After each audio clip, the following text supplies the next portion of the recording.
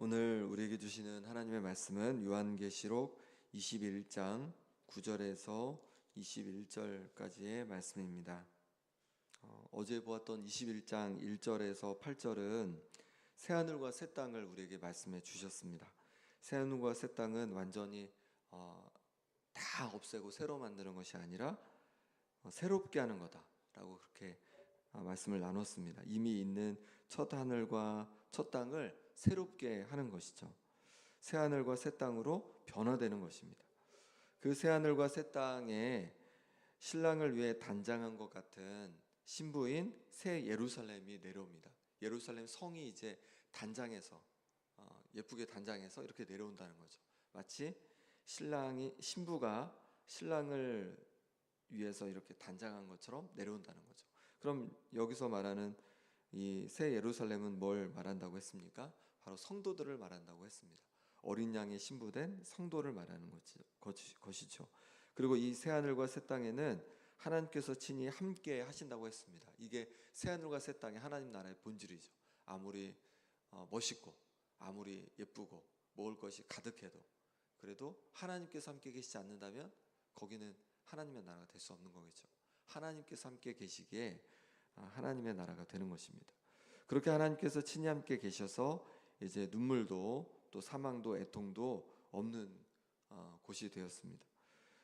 그러니 이 새하늘과 새 땅을 이 새하늘과 새 땅을 누가 유업으로 이제 받게 된다고 했냐면 이기는 자가 받게 된다라고 말씀하셨습니다. 이기는 자. 그러면 이기는 자가 뭐라고 했습니까? 믿음으로 이기는 거죠. 믿음으로 핍박을 이기고 믿음으로 유혹을 이기고 그럴 때 이 새하늘과 새 땅 하나님 나라에서 살게 될 것을 말씀해 주셨습니다. 이제 21장 9절에서 22장 9절까지는 뭘 이제 말씀해 주고 있냐면요. 이 새하늘과 새 땅에 있는 새 예루살렘에 대해서 자세히 풀어서 설명을 해주고 있는 부분입니다. 어떻게 보면은 이제 부록처럼 자세히 그 새하늘과 새 땅 21장 1절에서 8절까지 보았던 새하늘과 새 땅에 대해서 자세히 풀어서 이렇게 설명을 해주는 부분인 거죠. 9절 말씀 같이 읽어보겠습니다. 일곱 대접을 가지고 마지막 일곱 재앙을 담은 일곱 천사 중 하나가 나와서 내게 말하여 이르되 이리 오라 내가 신부 곧 어린 양의 아내를 내게 보이리라 하고 일곱 대접을 가지고 마지막 일곱 재앙을 쏟았던 일곱 천사 중 하나가 다시 등장합니다. 일곱 대접을 쏟을 때 악한 이 바벨론 제국 로마 세력에 대한 그런 심판이 일어났습니다. 그런데 새하늘과 새 땅을 얘기하는 부분에서 다시 등장하는 거예요.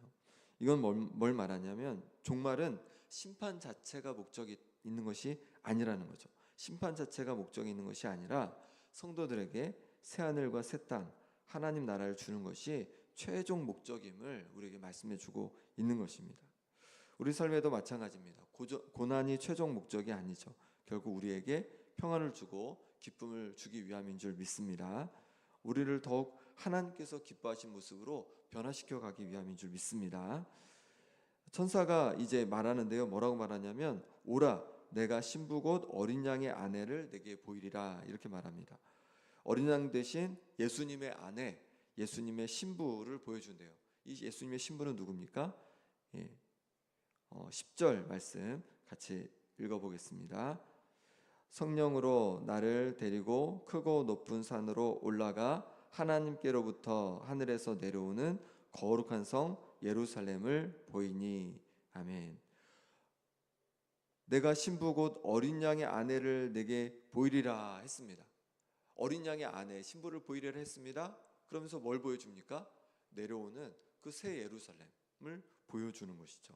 거룩한 성 예루살렘을 보여주는 겁니다. 그러니 이 거룩한 성 예루살렘이 곧 예수님의 어린 양 대신 예수님의 신부라는 것을 알려주고 있는 것이고 바로 어린 양의 신부, 예수님의 신부, 우리 성도들을 말하는 것이죠. 성도들의 교회니까 교회라고 할 수도 있겠습니다.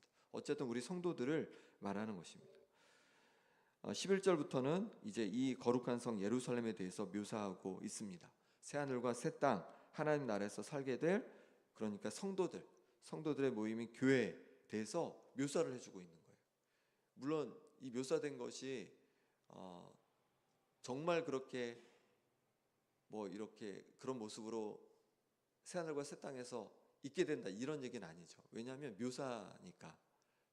묘사여서라기보다는 사람을 말하는 거니까. 이 새 예루살렘 성이 성도들을 말하는 것이니까 이것을 어떤 비유로 봐야 되는 게 여기서는 맞습니다. 11절 말씀 같이 읽어보겠습니다. 하나님의 영광이 있어 그 성의 빛이 지극히 귀한 보석 같고 벽옥과 수정같이 맑더라. 이 하늘에서 내려오는 이 예루살렘 성은요, 하나님의 영광이 가득했다는 거예요. 그래서 그 성의 빛이 나는 거예요. 그 성이 막 환하게 빛나는 거죠. 근데 마치 귀한 보석같이 또 벽옥과 수정같이 그렇게 아주 환하게 빛나면서 새하늘과 새 땅에 이렇게 내려왔다는 거죠. 이건 뭘 말하는 걸까요? 하나님의 영광이 바로 새 예루살렘으로 표현되는 우리 성도들 가운데 가득할 것을 말씀해 주고 있는 거죠. 하나님의 나라에서 새하늘과 새 땅에서 하나님 어린 양의 신부된 우리 가운데 하나님의 영광이 가득할 것을 우리에게 알려주고 있는 것입니다. 우리 가운데 하나님의 영광이 또한 우리 가운데도 가득하길 소망합니다. 그럼 어떻게 새하늘과 새 땅에서는 성도들 가운데 그렇게 하나님의 영광이 가득했냐? 왜냐하면 악한 세력이 다 제거되었기 때문에 그렇습니다.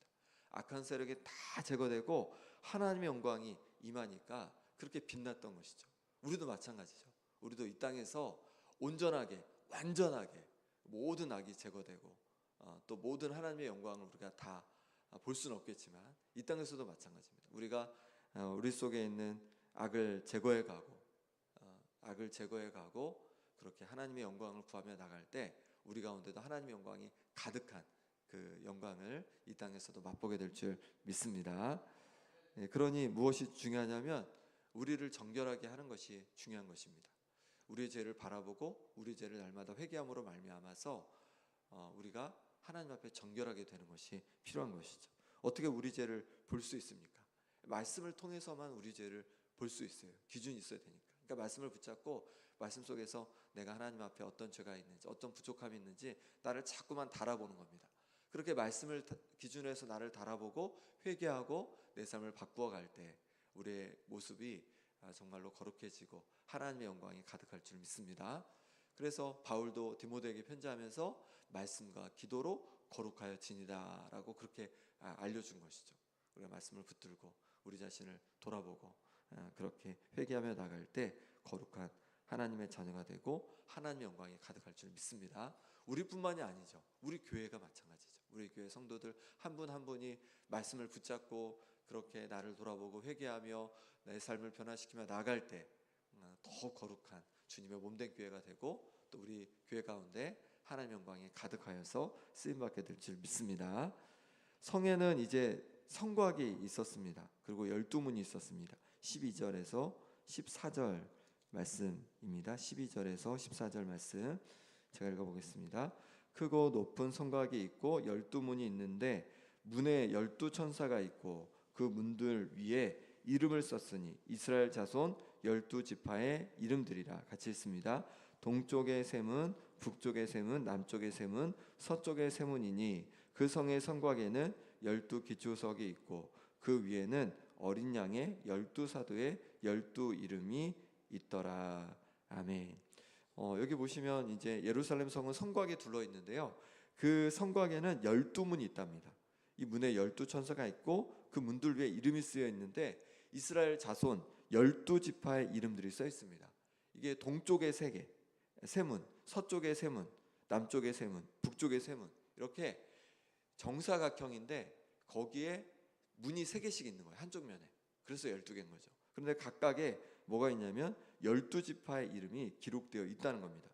그리고 그 성의 성곽에는요 12기초석이 또 놓여 있습니다. 12기초석이 놓여 있는데 어린 양의 12사도의 12이름이 있었습니다. 어린 양은 예수님이죠. 예수님의 12사도, 12제자의 그 이름들이 새겨진 12기초석이 이렇게 있었다는 겁니다. 이거는 뭘 말할까요? 이 예루살렘 성은 성도라고 이렇게 말씀을 드렸잖아요.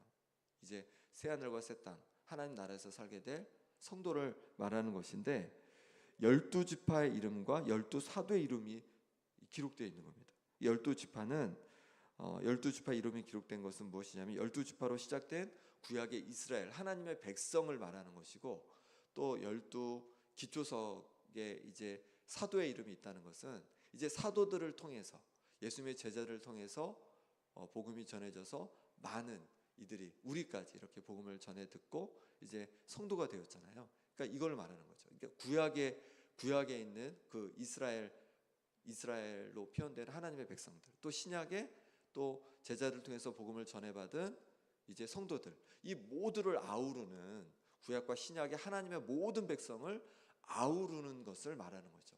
그러니까 예루살렘 성은 구약과 신약의 모든 하나님의 백성을 아울러서 표현한 것입니다. 그래서 구약의 신약의 모든 하나님의 백성을 아울러서 이렇게 새하늘과 새 땅 하나님 나라에 거하게 될 것을 알려주고 있는 것입니다. 성은 또 어떠냐면요, 16절에 보니까 네모나대요. 네모가 반듯하대요. 그래서 그 너비와 또 길이가 같은데 그것을 갈대자로 측량했더니 12,000 스타디온이라고 합니다. 12,000 스타디온. 12,000 스타디온이라고 하는데, 스타디온은 그리스에서 그 달리기 시합을 할 때 가는 거리라고 합니다. 달리기 시합할 때 우리는 100m 달리잖아요, 단거리를. 근데 거기서는 192m를 달렸답니다. 그러니까 한 200m 정도 되는 거죠. 스타디온, 한 스타디온이. 그러면 12,000 스타디온은 도대체 길이가 얼마입니까? 2,400km.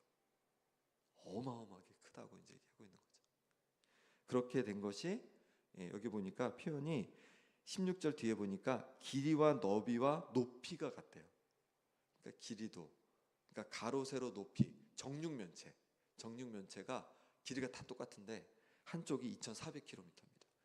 가로 세로 높이까지 어마어마하게 아주 큰 건물이죠. 이 땅에서는 볼 수 없는 건물이죠.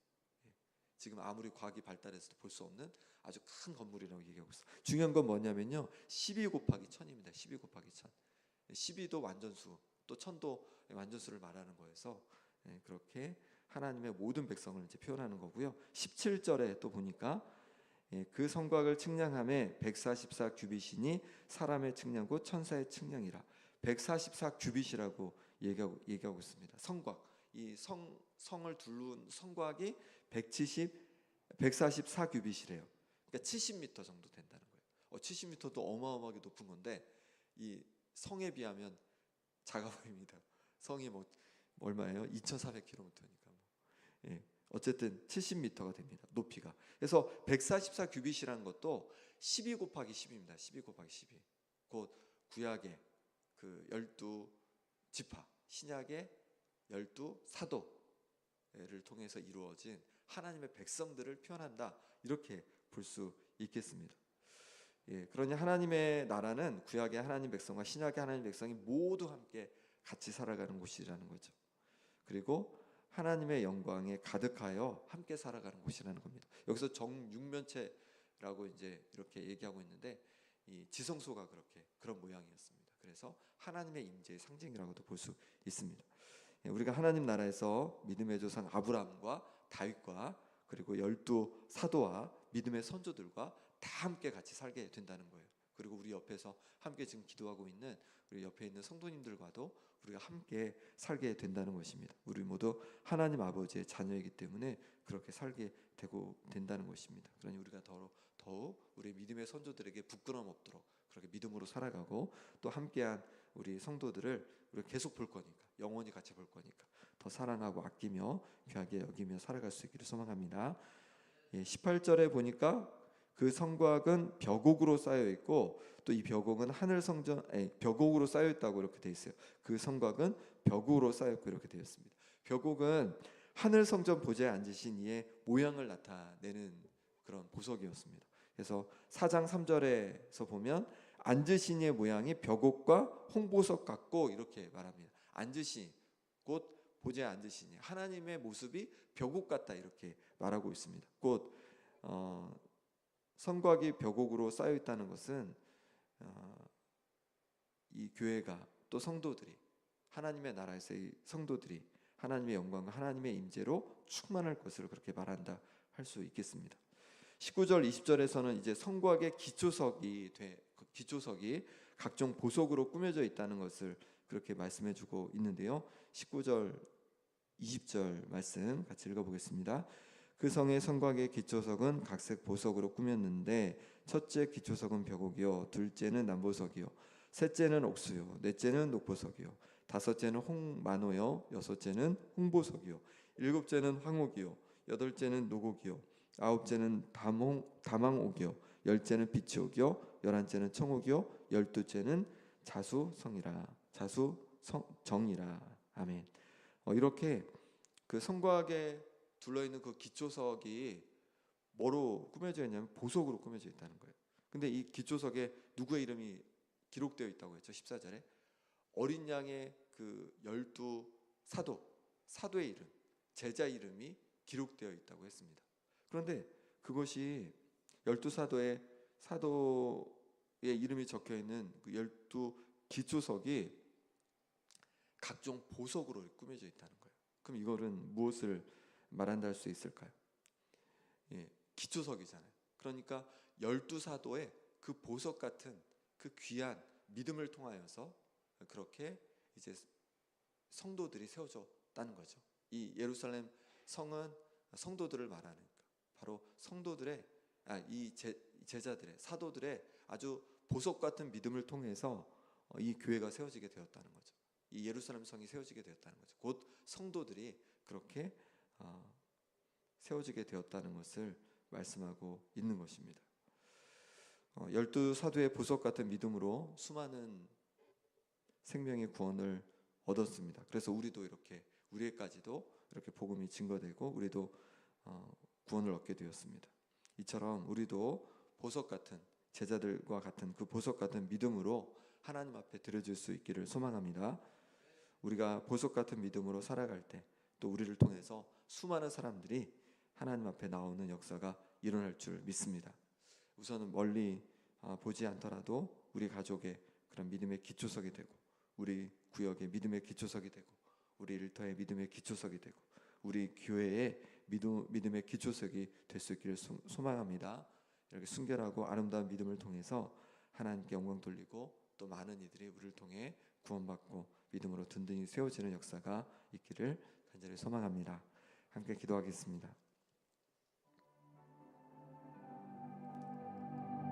이 시간 함께 기도할 때 하나님 앞에 정결하여서 하나님의 영광이 가득한 성도 되게 하여 주옵소서. 하나님 앞에 정결하여 하나님의 영광이 가득한 교회 되게 하여 주옵소서. 기도하시고 또 12사도처럼 보석 같은 믿음으로 많은 이들의 믿음의 기초가 되게 하여 주옵소서. 기도하기 원합니다. 또 아픈 한우들을 위해 기도하겠습니다. 박규기 장로님, 김홍장 원사님, 김남희 집사님, 정갑진 집사님, 김사멸 장로님, 유재선 성도님, 신수진 간사님 회복을 부어주시도록 기도해 주시고, 또 물질에 또 마음에 또 여러 어려움 있는 성도들 가운데 하나님께서 은혜 부어주시도록 기도해 주시고, 또 내일 귀한 주일입니다. 주일 예배 가운데 하나님께서 또 크신 은혜로 함께 해주시라고 우리 모든 성도들 예배 자리를 사모함으로 나와서 하나님을 만나고 회복되는 귀한 시간 되도록 이제 우리 간절히 함께 기도하겠습니다. 하나님 아버지, 하나님께서 은혜 주셔서 오늘도 우리에게 말씀해 주시니 감사합니다. 하나님 아버지, 우리가 하나님 앞에 정결하고 하나님 앞에 기쁨이 되는 모습으로 아버지는 살아가길 원합니다. 새하늘과 새 땅에서 하나님 아버지 모든 악이 제거되었을 때 하나님 영광에 가득한 하나님 아버지 하나님의 빛으로 가득한 우리가 될 것을 말씀해 주신 것처럼 하나님 아버지 이 땅에서도 정결하게 살아가기도 하여 주시고, 그래서 하나님의 영광이 가득한 성도 되게 하여 주시고 하나님 영광이 가득한 교회 되게 하여 주옵소서. 하나님 아버지 말씀을 붙들고 살아가게 하여 주시고, 말씀을 기준 삼아 우리의 모든 죄악들을 고백하고 우리의 죄들을 내어놓게 하여 주옵소서. 그럴 때마다 하나님께서 우리를 붙잡아 주셔서 하나님께서 부어주시는 새로움을 경험케 하여 주시고 하나님의 영광이 가득하여서 아버지 하나님께 영광 돌리는 삶이 되도록 하나님 인도하여 주옵소서. 열두 사도처럼 보석 같은 믿음을 갖기 원합니다. 믿음의 아버지 하나님 기초석이 되어지기를 원합니다. 우리 가정의 믿음의 기초가 되게 해주시고 아버지 하나님 또한 우리 일터의 기초석이 되게 해주시고 또 하나님께서 붙잡아 주셔서 우리 구역에 우리 또한 교회에 믿음의 기초석이 되어서 하나님 우리를 통해서 아버지 하나님 온 성도들이 믿음으로 든든히 세워져가고 온전히 세워져가는 역사를 경험하고 또 맛보게 하나님 인도하여 주옵소서. 하나님 아버지 주님의 은혜로 주여 붙잡아 주시옵소서. 우리 하나님께서 붙잡아 주셔서 하나님께서 도와주신 은혜를 누리게 하여 주옵소서. 회복을 도하여 주옵소서. 우리 구전에 붙잡아 주옵소서. 하나님 아버지를 강건케 하여 주시고 김우정 선생 심장을 강건케 하여 주셔서 지켜주시고 김대임 쌤 붙잡아 주셔서 아버지 하나님께서 주신 은혜 속에서 하나님 아버지 온전히 회복되게 도와주옵소서. 정혜준 쌤 붙잡아 주셔서 후유증 없도록 하나님께서 인도하여 주시고 김선물 장로님 주여 함께 해 주셔서 그런 걸 강건케 하여 주옵소서. 유재성 성도님 주여 만져 주셔서 하나님 주신 은혜로 하나님 정말 완전히 회복되는 역사가 있게 하여 주옵소서. 신수영 여사님 붙잡아 주시기를 원합니다. 하나님의 도우심을 입게 하여 주시옵소서. 하나님 그래서 말씀의 수술이 잘 되어지고 강건해질 수 있도록 주여 인도하여 주옵소서. 물질의 또 사업의 여러 가지 어려움 속에 있는 성도들 기억해 주셔서 그 모든 어려움으로부터 회복되는 은혜를 하나님 부어 주시옵소서. 하나님의 도우심을 입게 하여 주시옵소서. 하나님 아버지 또 내일 귀한 주일입니다. 하나님 아버지 주일 예배 가운데 하나님 크신 은혜 부어 주시고 아버지 말씀 듣는 아버지 저에게 가운데도 하나님 아버지 은혜 주셔서 정말 하나님 영광이 가득한 예배가 될 수 있도록 하나님께서 도와주시고 함께하여 주시옵소서. 오늘도 주님 부탁합니다. 하나님 도와주시옵소서. 함께하여 주옵소서.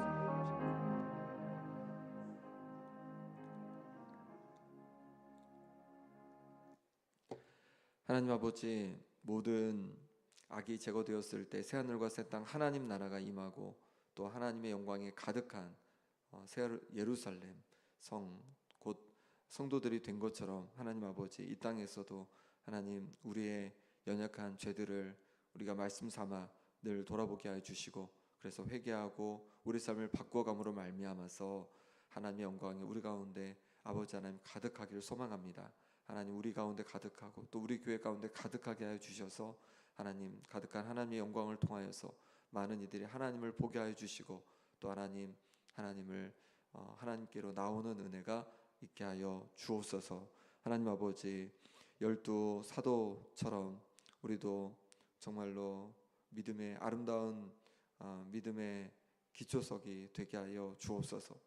우리의 믿음을 통하여서 하나님 우리 가정이 또 우리 일터가 우리의 구역이 또 우리 교회가 하나님 아버지 더욱 든든히 세워지게 도와주시고 하나님께 기쁨이 될 수 있도록 하나님 우리를 붙잡아 주옵소서. 아픈 성도들 육신의 강건함을 더하여 주옵시고 또 마음에 또 관계에 또 여러 가지 재정적인 어려움으로 힘들어하는 성도들 하나님께서 도와주셔서 온전한 회복의 은혜를 하나님 더하여 주옵소서. 내일 귀한 주일입니다. 아버지 온 성도들 귀한 예배자를 사모하며 나오게 도와주시고 그럴 때 하나님께서 말씀해 주셔서 샘과 능력을 얻고 다시 한 주를 시작할 수 있도록 붙잡아 주옵소서. 예수 그리스도의 이름으로 기도합나이다. 아멘.